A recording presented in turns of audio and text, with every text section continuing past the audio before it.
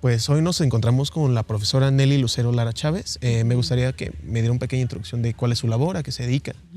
Hola, ¿qué tal? Mi nombre es Nelly Lucero Lara Chávez. Yo tengo una formación como comunicóloga aquí en la Facultad de Ciencias Políticas y Sociales.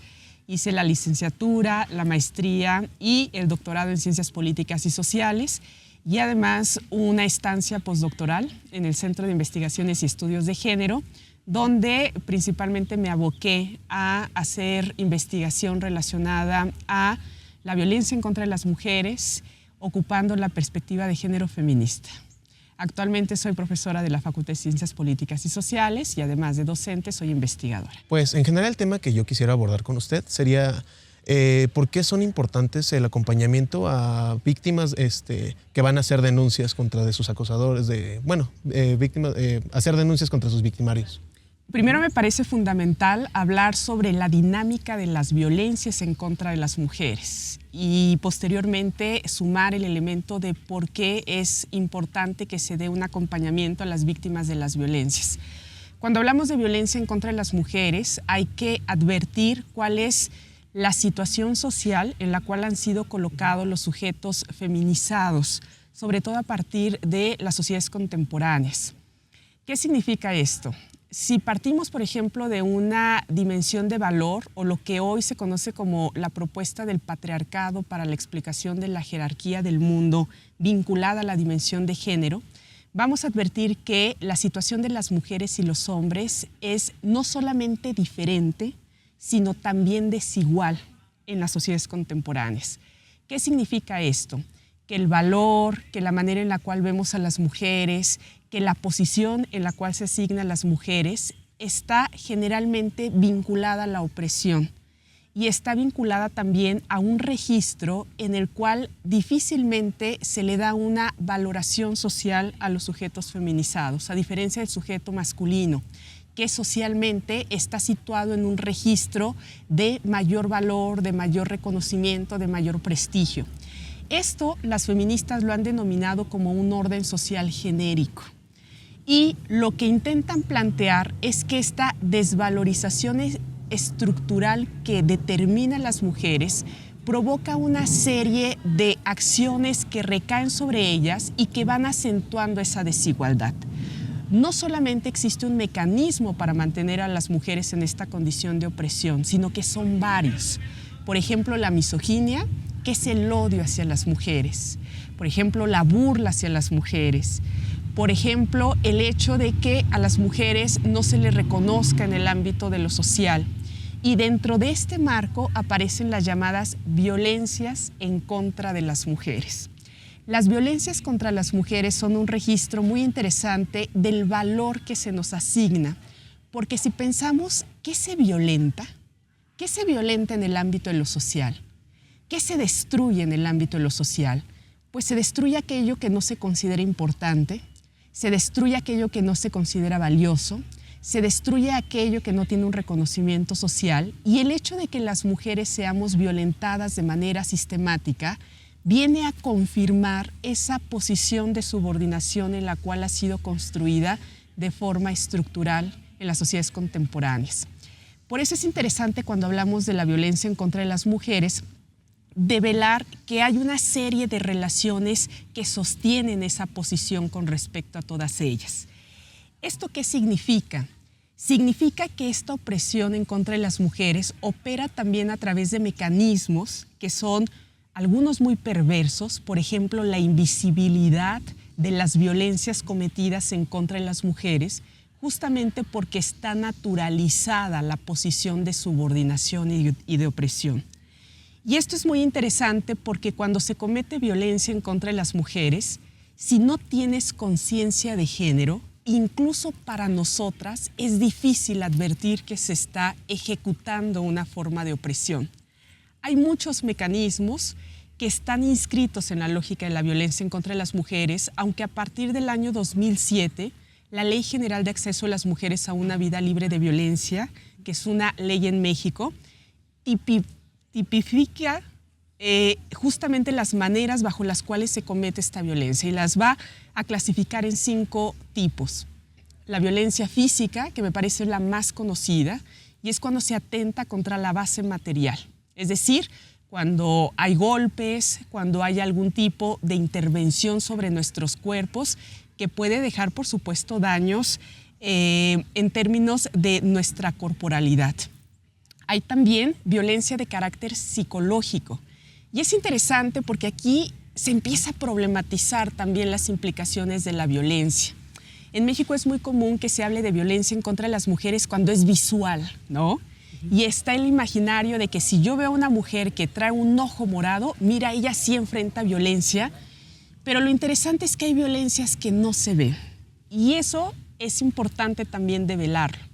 Por ejemplo, la violencia psicológica, es decir, todas las estrategias que van encaminadas a decirle a esa mujer que su vida, que su existencia y que sus prácticas cotidianas no tienen un valor. Y esto evidentemente afecta su identidad y también afecta la manera en la cual se va desarrollando ella en el mundo. Existe también la violencia sexual, que me parece interesante porque apela a la intervención sobre todo de la genitalidad y de la dimensión erótica de las mujeres. Es decir, parece que el cuerpo de las mujeres se ha convertido en un marco que puede ser intervenido con cierta facilidad. Y los procesos de sexualización en las sociedades contemporáneas son muy crueles y son muy difíciles también de atacar, justamente porque el entramado de la masculinidad con respecto al cuerpo de las mujeres todo el tiempo parte de la idea de la sexualización y de la cosificación de todas ellas. Otra de las violencias que se marcan acá es la violencia económica y está vinculada a la idea de que vivimos en sociedades capitalistas donde se restringe nuestro derecho a tener recursos económicos. Las mujeres, se plantea teórica y empíricamente, tenemos acceso a una menor cantidad de recursos materiales y sobre todo de dinero en las sociedades contemporáneas a tal grado de que los feminismos han configurado una categoría que es la feminización de la pobreza. Y esta noción de la feminización de la pobreza no se da en el vacío. Se sustenta en cuestiones como que las mujeres ganamos menos que los hombres, las mujeres se nos cuestiona para qué queremos dinero, se piensa que las mujeres no necesitamos tener grandes cantidades de dinero y todo está inscrito en una lógica también de mantenernos en lugares de opresión, que es la gran paradoja de la economía, ¿no? El sistema capitalista en sí mismo es opresor de las mujeres, pero sabemos que una mujer que tiene sus propios recursos económicos puede encontrar algunas vías de liberación. No se libera de toda la estructura, pero hay una posibilidad. Y la otra forma de violencia tiene que ver con la violencia vinculada a lo patrimonial. Cómo las mujeres no somos dueñas ni propietarias de bienes materiales. ¿Qué significa esto? Que las mujeres no seamos las dueñas de la casa que habitamos, no seamos las dueñas del carro que manejamos, no seamos a veces ni dueñas de la televisión que estamos viendo, porque todos esos documentos que acreditan la propiedad le pertenecen a los sujetos masculinos. Cuando pensamos en todo este andamiaje de violencias, evidentemente nos encontramos ante la pregunta de cómo hace una mujer para enfrentar, no digamos a un sujeto masculino. Cuando una mujer denuncia violencia, está enfrentando toda la estructura patriarcal. Y esa estructura, que está concatenada con muchos otros elementos, genera una serie de mecanismos para imponer nuevamente la naturalización y la normalización de las violencias. Por eso es interesante, cuando una mujer denuncia, hacer una serie de acompañamientos. Yo partiría, primero, un acompañamiento en términos de poseer conciencia de género, porque nos sigue costando a las mujeres identificar que lo que vivimos es violento. Un acompañamiento, además, en términos de no enfrentar esa estructura desde la soledad, sino poder inscribirnos en una dinámica de alianza con otras mujeres que también tengan conciencia de género y que nos apoyen, sobre todo para dar cuenta de que se ha habitado un lugar de opresión y que es posible salir de esa situación. ¿Por qué comento esto? porque como las mujeres también hemos sido socializadas en entornos patriarcales, cuando denunciamos violencia, lo más común es que el entorno nos quiera volver a situar en el registro patriarcal y nos diga, bueno, ¿para qué denuncias si nada vas a lograr? ¿Para qué denuncias si las cosas siempre han sido así? Hay mecanismos muy perversos del patriarcado para que las mujeres no denunciemos. Por ejemplo, la culpa.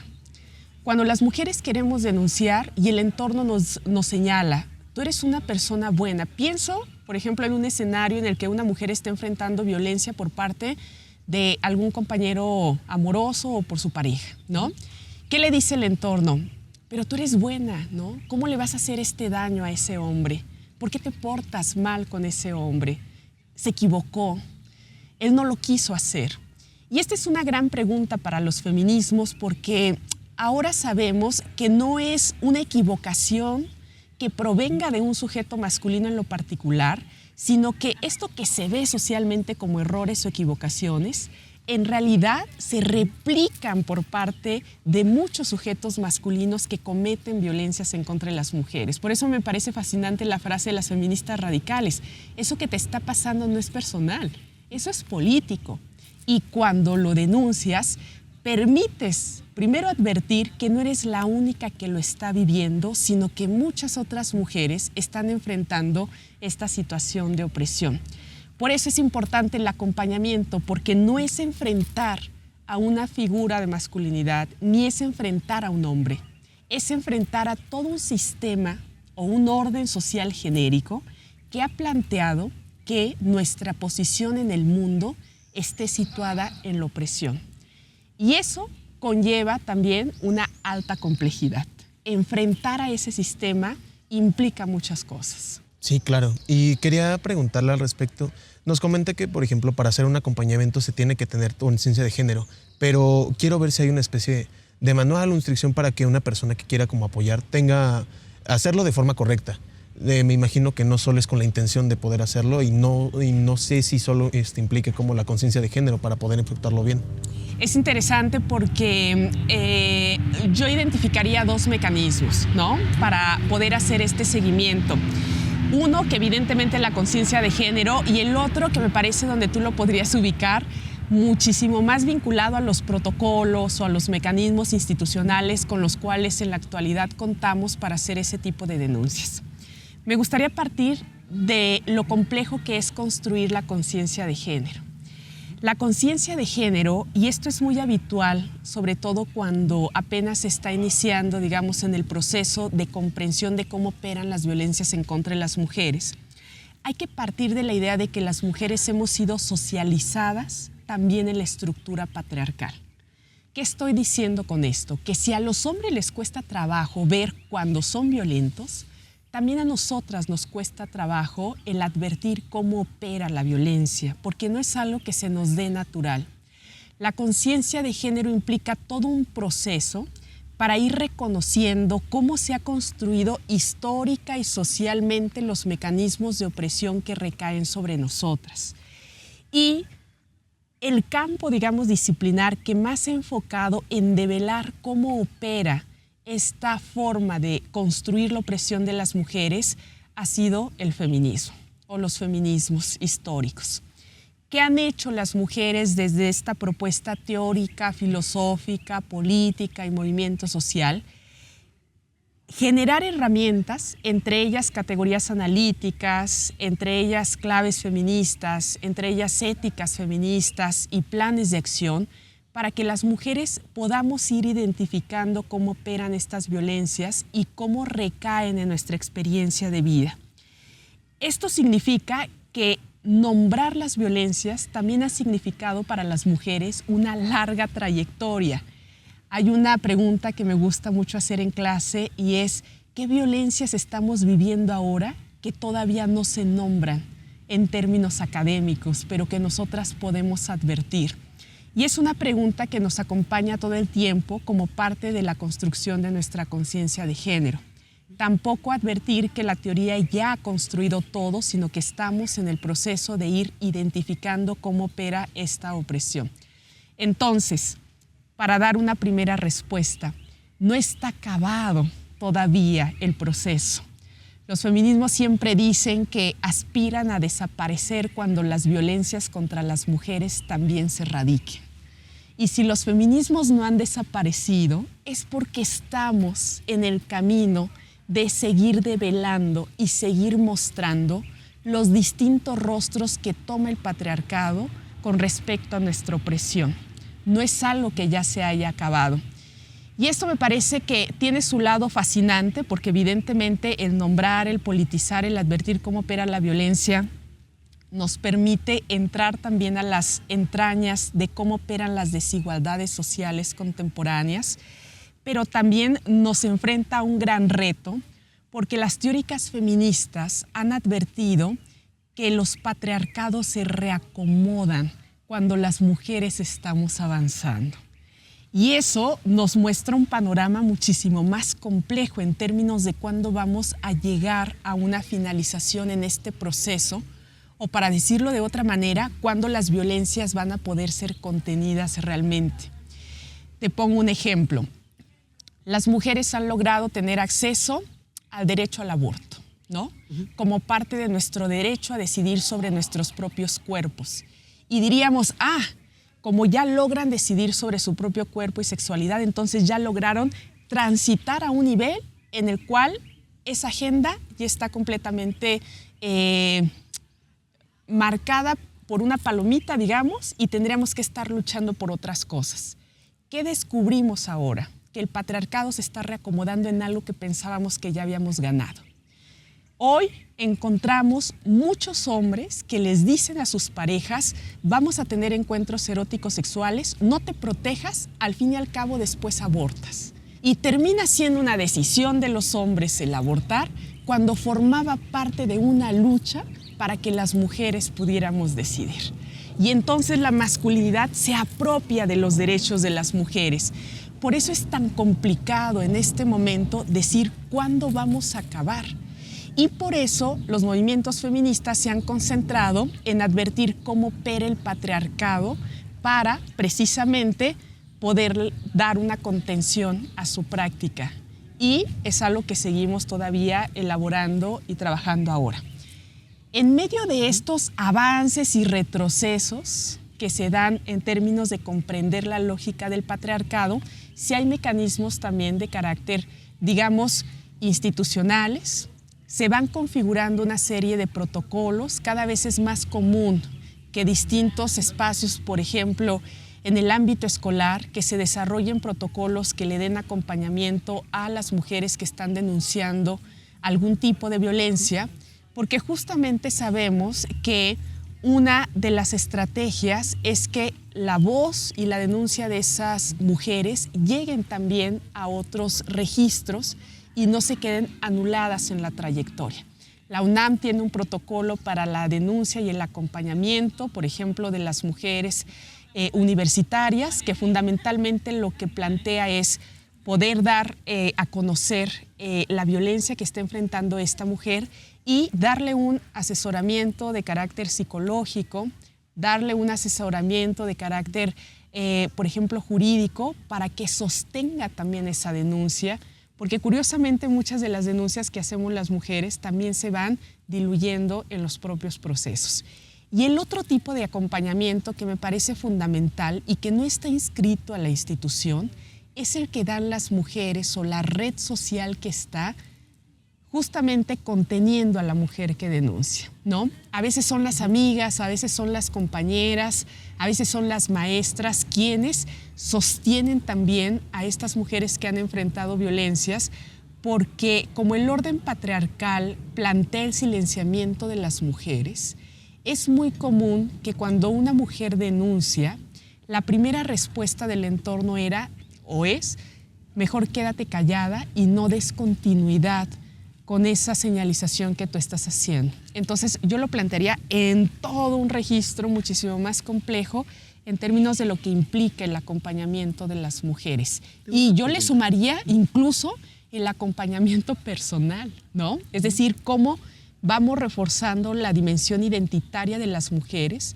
para sostener una denuncia también de estas características, porque muchas mujeres, y esto ocurre mucho en el ámbito terapéutico, psicológico, cuando empiezan a vislumbrar la violencia que han vivido, empiezan a dudar también sobre si efectivamente experimentaron eso.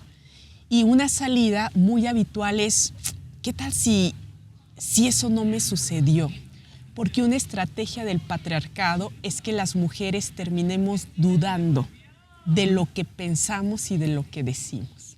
Entonces, ahí la complejidad también de la denuncia y de las implicaciones que tiene el acompañamiento. No solamente para transformar el hecho de sustentar la denuncia que estás planteando, sino que yo le sumaría acompañamiento económico, ¿no? Acompañamiento en términos jurídicos, acompañamiento en términos psicológicos, es decir, el acompañamiento implica muchas cosas porque es literalmente configurar una red de apoyo para esas mujeres en medio de una estructura que ya sabemos va a jugar en su contra. Y nosotros en este papel como hombres, ¿de qué forma se pueden apoyar este tipo de movimientos? Hay muchísimo llamado en la actualidad hacia la masculinidad. Hay una frase que a mí me gusta mucho de las feministas contemporáneas y es la siguiente: las mujeres ya nos transformamos. A ver cuándo se van a transformar los compañeros hombres. Es una invitación, ¿no?, a plantear el hecho de que estamos construyendo sociedades en las cuales queremos evidenciar que la vida de las mujeres sigue estando atravesada por mecanismos opresivos. Pero también es interesante poder advertir en este momento de denuncia que hay estrategias de la masculinidad y sobre todo implicaciones del patriarcado que al sujeto masculino le colocan un dique para que pueda transformar también su posición en el mundo. Uno de esos grandes diques que la teoría feminista ha advertido son los privilegios patriarcales que el sujeto masculino tiene que perder para que pueda transformar su posición en el mundo. ¿Qué estoy diciendo con eso? Que los hombres tendrían que renunciar primero a esta posición patriarcal de leerse como el sujeto legitimado socialmente. Y eso implica muchas cosas. Dejar de leerse como el sujeto que tiene la verdad absoluta, dejar de leerse como el sujeto que tiene legítimo uso de la violencia, dejar de legitimarse como el sujeto que decide en todos los sentidos, a nivel erótico, a nivel sexual, a nivel económico, dejar de ser el sujeto que interpreta completamente al mundo. Esto, cuando lo vemos como una posibilidad de cambio, los hombres lo leen como una pérdida de sus privilegios, porque eso implica entonces vernos a nosotras como el movimiento feminista lo ha planteado desde el siglo XVIII, como sus iguales. Hay una filósofa feminista que a mí me encanta que se llama Celia Morós, y Celia Morós hace un registro filosófico de cómo nos lee la masculinidad a las mujeres.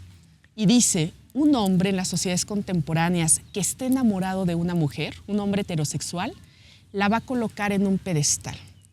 La idealiza, es mi diosa, es mi supercompañera, es un ángel, ¿no? Que de repente escuchamos estos discursos en chicos que están enamorados. Un hombre que no esté enamorado de esa mujer la coloca por debajo del registro. Para mí no me importa, para mí no tiene valor. Y dice Celia Morós, la lectura actual entonces es, los hombres nos colocan por encima o por debajo. Y eso es sintomático, porque la lucha feminista lo que ha planteado es vernos como iguales. Y mientras el sujeto masculino no nos vea en términos de igualdad, la violencia en contra de las mujeres no va a desaparecer. Es interesante porque hoy se habla de los estudios de masculinidad y los estudios sobre la masculinidad hacen un rastreo de cómo opera el sujeto hombre en las sociedades patriarcales para sostener justamente la opresión de las mujeres. Hay un montón de mecanismos que se articulan para mantener ese lugar de opresión o de subordinación, ¿no? Y una pregunta que se hace desde la masculinidad y que se propone a los hombres para darse cuenta si están cayendo en un registro de opresión es, ¿lo que vale para ella, vale para mí? Y me parece que es una pregunta muy reveladora para la masculinidad. Yo siempre le digo a las compañeras y a los compañeros, una gran pregunta para el sujeto masculino que, por ejemplo, se legitima en ponerle el cuerno a la novia, ¿no? Claro. Lo que vale para ella vale para mí. Yo le puedo poner el cuerno, pero ella me puede poner el cuerno, porque entonces allí sí estaríamos pensando en una condición de igualdad, ¿no? Yo puedo tener dinero en mis bolsillos, mucho, pero ella también puede tener mucho dinero en sus bolsillos. Y si llegamos a ese registro, estaríamos empezando a construir una sociedad distinta. Pero eso atraviesa inevitablemente a la masculinidad. Y otra clave que me parece importante para el sujeto masculino contemporáneo son las implicaciones que tiene lo que teóricamente se conoce erradicar los pactos patriarcales. Son un mecanismo de la masculinidad que han sostenido la violencia en contra de las mujeres. ¿Qué significa un pacto patriarcal? Las filósofas lo explican de la siguiente manera. Dicen, el ejemplo claro de cómo opera el pacto patriarcal es cuando un grupo de hombres dicen, hoy en la noche nos vamos con prostitutas, pero nadie va a decir nada. Porque como todos estamos casados o tenemos esposa, si cae uno, caen todos. Hay quienes definen los pactos patriarcales como pactos de silencio entre los hombres para sostener violencias cometidas en contra de las mujeres. Y me parece bien interesante poder revisar el impacto que pueden tener los pactos patriarcales, porque los encontramos, por ejemplo, en prácticas como violaciones hacia las mujeres, ¿no? Un sujeto que viola le cuenta a su mejor amigo, pero no digas nada porque si caigo yo te hago caer a ti también. Y entonces ese hombre comete, digamos, otra transgresión contra las mujeres y pacta con otro hombre para no caer. ¿Qué logramos advertir en las sociedades contemporáneas? Están sostenidas sobre pactos patriarcales.